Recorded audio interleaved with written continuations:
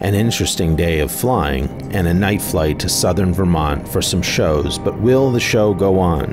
How many times? Greatest fans and a solid IFR ride back home. I'm John Weisswasser, pilot and drummer for Eaglemania. Follow me as I explore the practical use of general aviation while I travel the country with the world's greatest tribute to the Eagles. This is Life in the Fast Lane.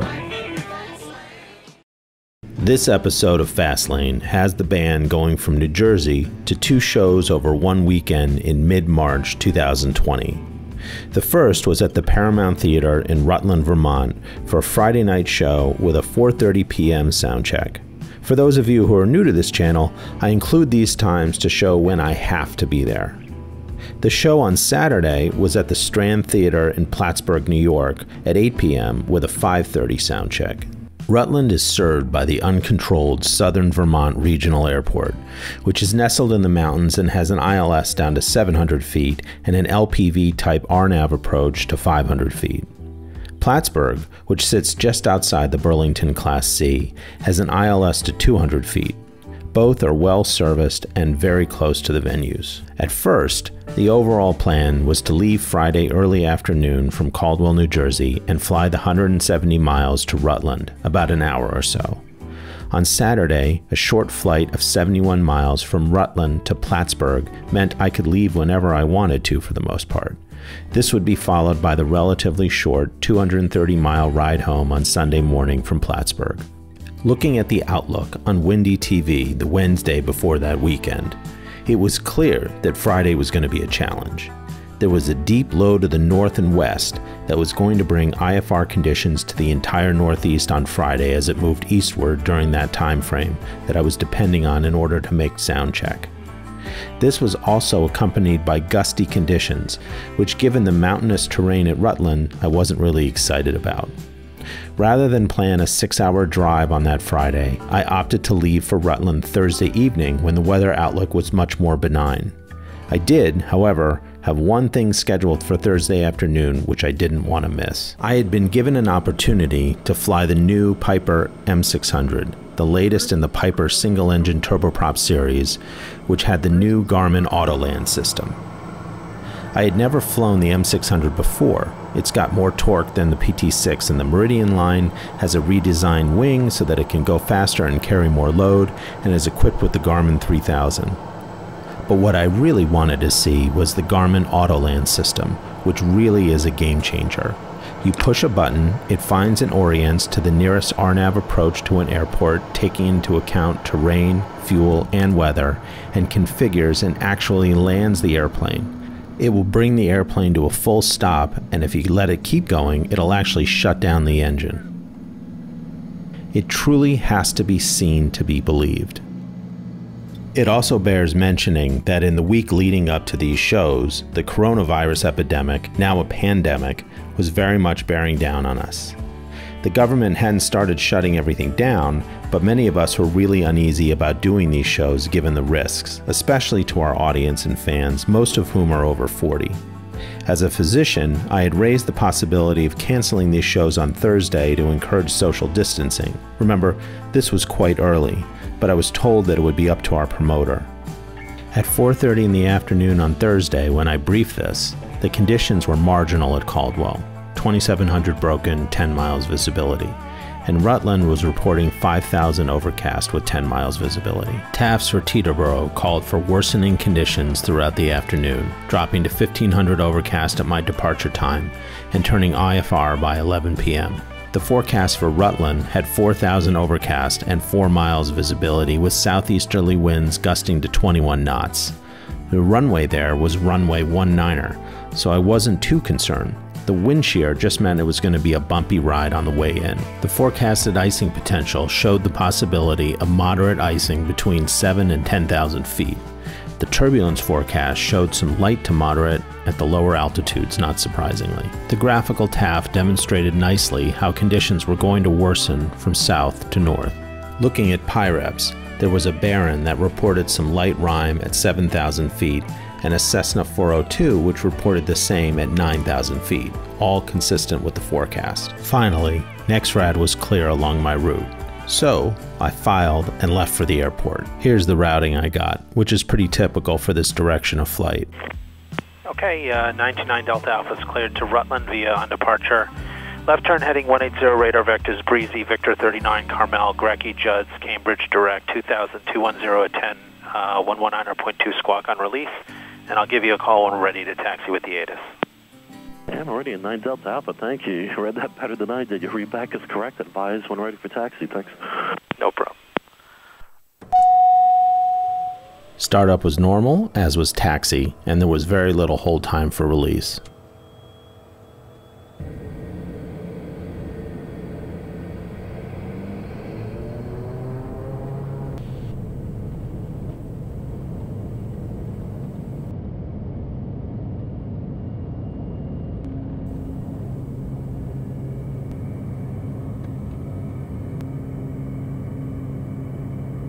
Meridian 9 Delta Alpha, turn left heading 180, contact departure, safe flight. Okay, departure 180, 9 Delta Alpha, have a good night. See you. Yeah, good evening, Meridian 929 Delta Alpha, 1,300, climbing 2,180. 929 Delta Alpha, New York, climb and maintain 4,000, ident. 4,000, 9 Delta Alpha. Meter 4944, turn right heading 050. Right, 050, company 4944. Jet Edge 39, contact departure 120.85, so long. 2085, Esther, now good day. For 9 Delta Alpha is ready to contact just south of Caldwell. 9 Delta Alpha. Number 9 Delta Alpha, turn left heading 100, climb and maintain 5,000. 100, 5,000, 9 Delta Alpha.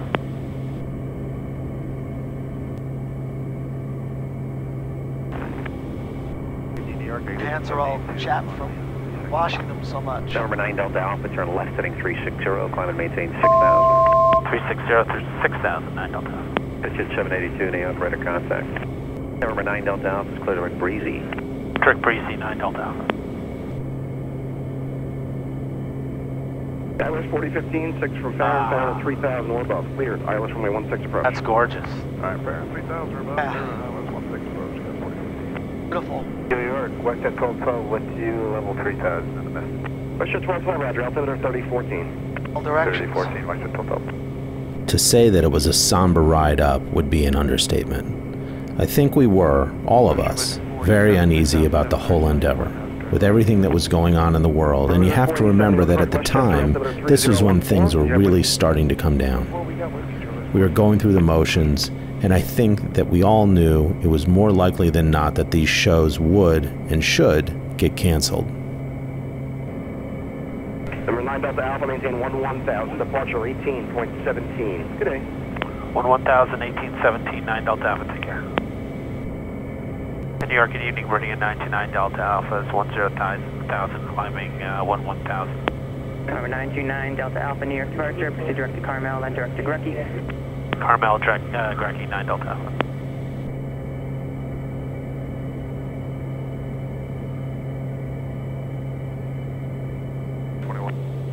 Number 929 Delta Alpha, climb maintain 16,000, contact Boston Center on 134.0. 16,000, 134.0, 9 Delta Alpha, take care. Boston Center, good evening, Meridian 929 Delta Alpha is leaving 11,000, climbing 16,000. 9200 Delta Alpha, Boston Center, the Bridgeport altimeter 3018. 18, 9 Delta Alpha. Boston Center, Mike, Center, 17.17. Wind 130 at 16. Visibility 10.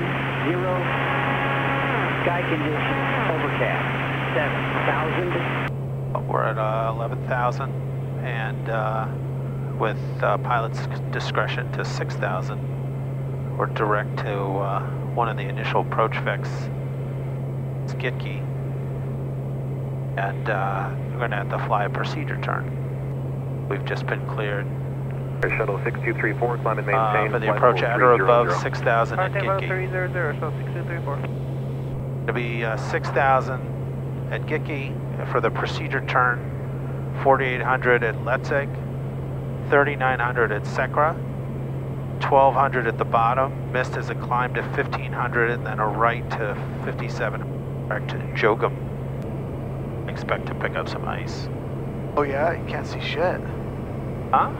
No, I have the ice light on. Oh, okay. Of course, I remember, yes. Yeah. looking at my wing and I'm like, nah, not seeing it, dude. Hold on to your hat. Nano 704 Boston Center.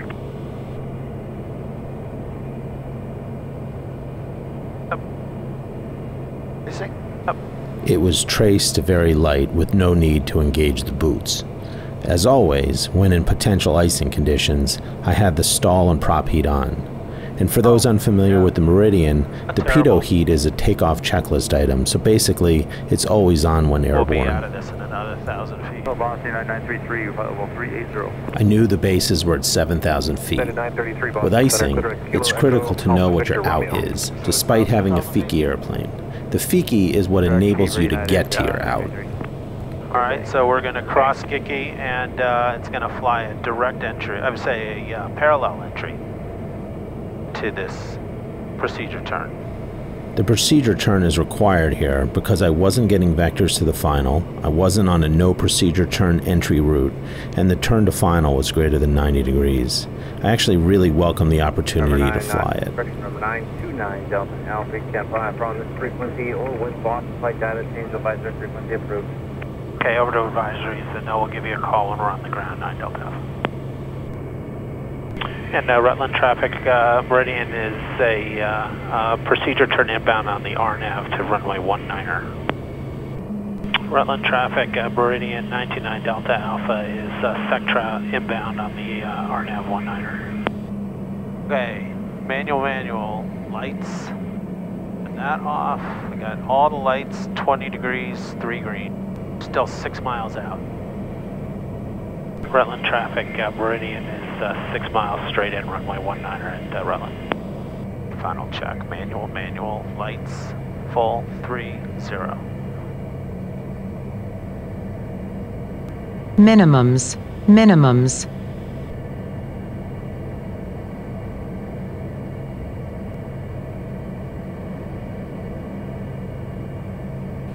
This was a little unnerving in that it really was one of those black hole approaches. I was happy I had flown the procedure, and I was depending heavily on the VASI.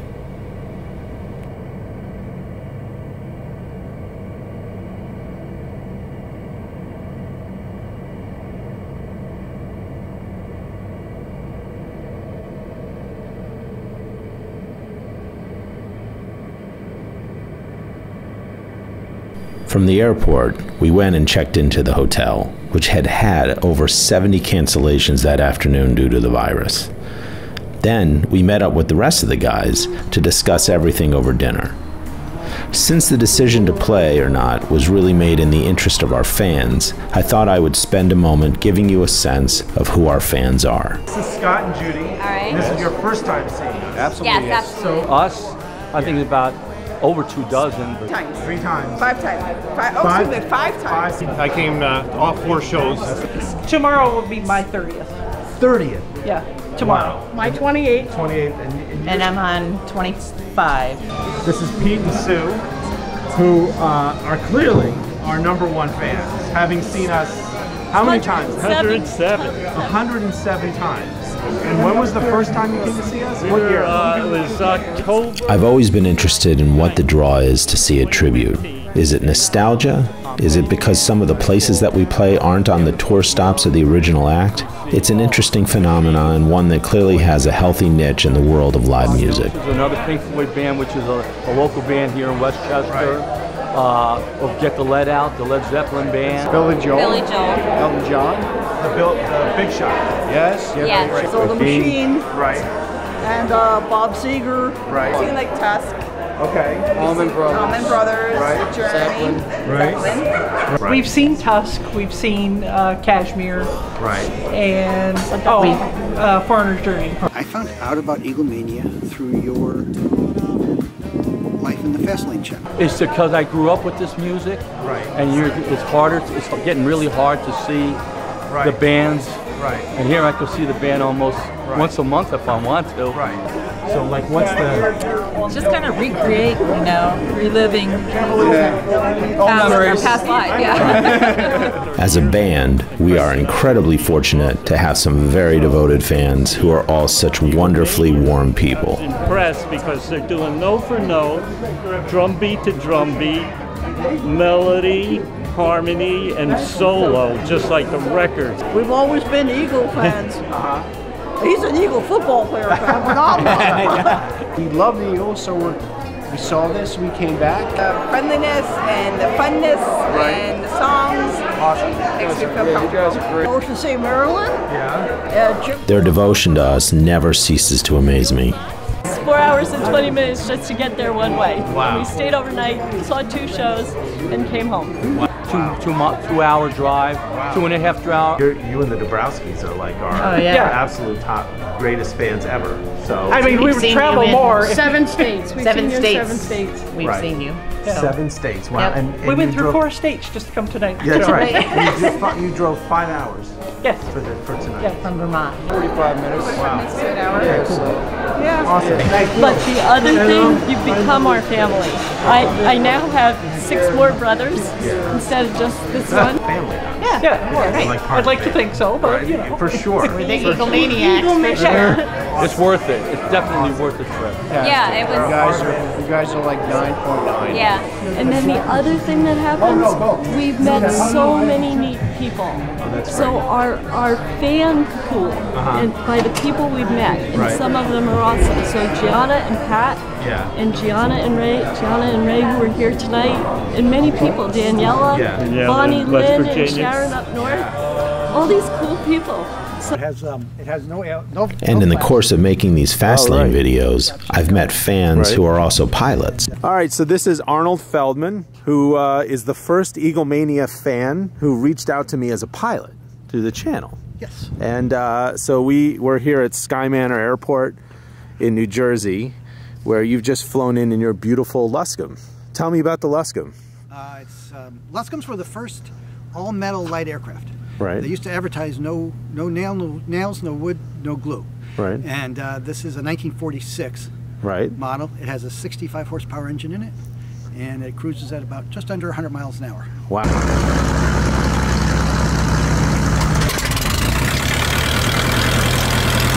Every single one of you is so talented and so nice and so humble that it just keeps us coming back. my shirt says it all. There you go. It says, found my peaceful, easy feeling, Eaglemania, and you have my heart. Oh, you're the sweetest.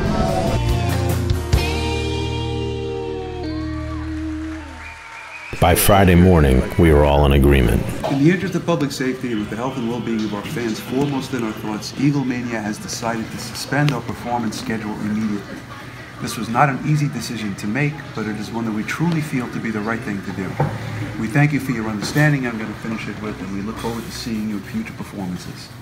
You know, and we'll do like, well, once the current crisis is passed, or yeah, that's fine. All right, so just short, sweet, and simple. Yeah, I think that's right. Okay. So, having made this correct but very difficult decision, we prepared to return to New Jersey. Remember, the reason I decided to come up the night before was because the weather was supposed to be pretty crummy that Friday, and here I was planning the return in that very same system. METARs had Rutland at barely VFR and Caldwell at 501 1/4. The LPV to runway 22 at Caldwell has a minimum of 300 feet, so this was low but definitely doable, especially since it was such a short flight, which meant I had range to go somewhere else if I needed to. The TAFs around my time of departure showed Rutland going to marginal conditions with gusty winds, and Caldwell staying IFR with a trend towards improvement over the course of the day. This was all due to a strong low centered over southeastern Canada, which had draped a warm front over lower New York and New Jersey. The SIPFIP revealed that I could expect light to moderate icing from 7,000 all the way up to 17,000 feet, which was mirrored in the turbulence forecast. Using the Graphical TAF, I was able to see that the low ceilings and visibilities were clearing out west to east, and that I could easily select an airport in eastern Pennsylvania as an alternate, which I did, using Allentown, which has an abundance of good approaches. And finally, the NEXRAD loop showed the majority of the heavier precipitation moving through southern Vermont at a rate that meant I would be clear of it by the time I departed. I spent some time reviewing the obstacle departure procedure for Rutland. While the METAR was marginal VFR, given that NEXRAD loop especially, I knew that the departure would be made in IFR. The airport's nestled in the mountains with Killington and other ski resorts nearby, so having a solid plan on departure was critical. Given the winds, I expected runway 19er, which had a pretty elaborate ODP. Here's what the ODP looked like, graphically, as part of my route. The GoPro audio cable had partially dislodged, and so the ATC and intercom audio from this leg is pretty unlistenable. I tried to salvage what I could, and I apologize for the quality on this one. I gotta find a better way to secure the audio cabling, as this seems to be a recurrent problem. I called Boston Center on the ground on the same phone number that I used to cancel the night before and got my clearance. The routing was exactly as I expected. Basically, after the ODP, direct to Albany, and then Victor 49 to Cote intersection, which is the major feeder gate to Caldwell from the north. Startup and taxi were unremarkable. The ATIS reported, as I suspected it would, that the ceilings had dropped to 2,300 feet with 8 miles visibility and rain. I reviewed the ODP one more time for runway 19er at Rutland, which involved a climb to 1,400 feet, then a right turn direct Smutto NDB, which was to the north, cross Smutto at 6,000 feet, then a sharp turn to the south to Albany VOR to join the airway. There were instructions for what to do if not at 6,000 feet by Smutto, but given that Smutto was 11 miles away and that the field elevation was 780 feet, that meant that I had to climb 5,220 feet over that 11 miles. Given also that I would be climbing at 1,300 feet per minute at 125 knots, that meant I would be covering about 2 miles every minute, and that I could expect to be at 6,000 feet in 9 miles, 2 miles before Smutto, and with enough cushion given my rough numbers. My initial call up to Boston Center had me turn towards Albany only once at 6,000 feet, which made sense given the ODP. As I got closer to Smutto NDB, because of the sharp angle of the turn, the flight director wanted to start the turn well before the fix in order to land the turn on the segment between Smutto and Albany.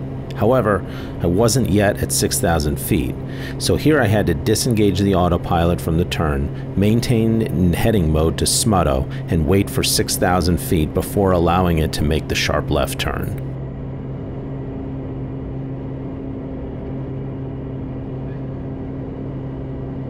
Here you can see I'm at 6,000 feet, and I still have 5 miles to go before Smutto, which is identified by Delta Yankee Oscar, so I went ahead and started the left turn to Albany.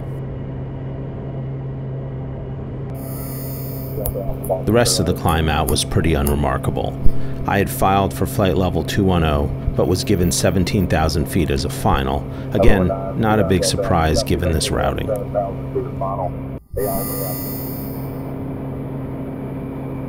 Or flight level 70, I'm sorry, we're at 17,000. And our clear at 240, and we have a ground speed of 170. This sucks. And we put this there, in about an hour. And the weather there is 403. The wind out of the west is 4, so we'll end up getting the RNF 22, which has its forecast to improve. So my guess is it will be higher than that one. For 16 southbound. Yeah, 16 minus wait for before 10. Healing. 1,700 broke. Yeah, 500 okay. W16. We're doing 1-4 now. 116, and flight level 100. Yeah, 190. So 1,210. The winds are pretty light. So much better. Whereas an hour ago it was 403. So just to recap, because the audio was so crappy, while in the air, the weather at Caldwell had improved from 400 feet and 4 miles visibility to 1,200 feet and 10 miles visibility. I was still going to plan for and fly the RNAV to 22, which has a minimum of 300 feet. And oh yeah, the turbulence in these little buildups was significant. As I got closer and they descended me, they gave me direct to Lady, one of the initial fixes on the RNAV approach to 22 at Caldwell.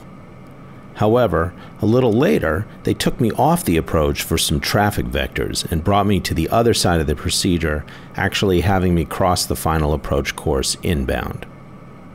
Eventually, I was given direct to Doughty, an initial fix, one right on the final approach course and about 4 miles from the final approach fix. There was some traffic ahead of me on the approach, so they asked that I slow down as much as I could, so I dropped the gear and 10 degrees of flaps and started configuring. And by then, I was well below the ceiling, and it was a pretty uneventful approach to runway 22 at Caldwell.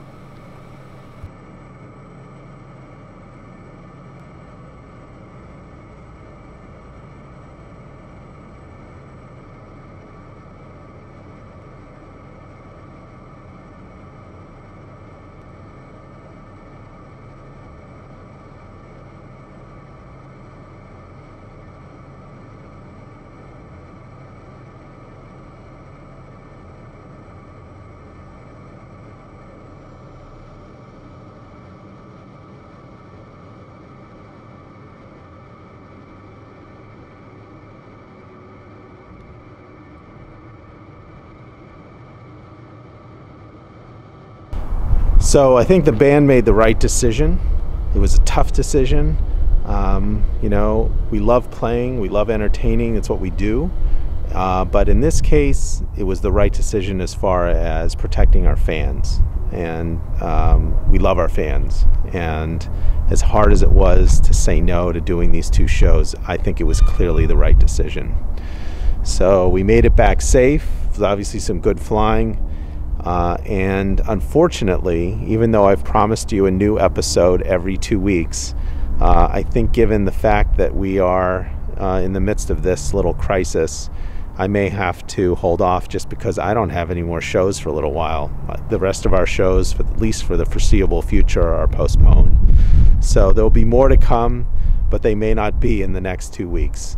So today is March 13th, and I hope that what they're predicting doesn't come true, that we kind of sail through this a little bit more easily. But by the time you're watching this, which should be sometime in May, you'll know. And just know that I'll get these out to you as soon as I can. But for now, it's just going to have to wait a little bit. So that's it. Thanks for watching Life in the Fast Lane. Stay tuned. More to come. Just may not be as quick as usual. Take care. Be safe. Be healthy.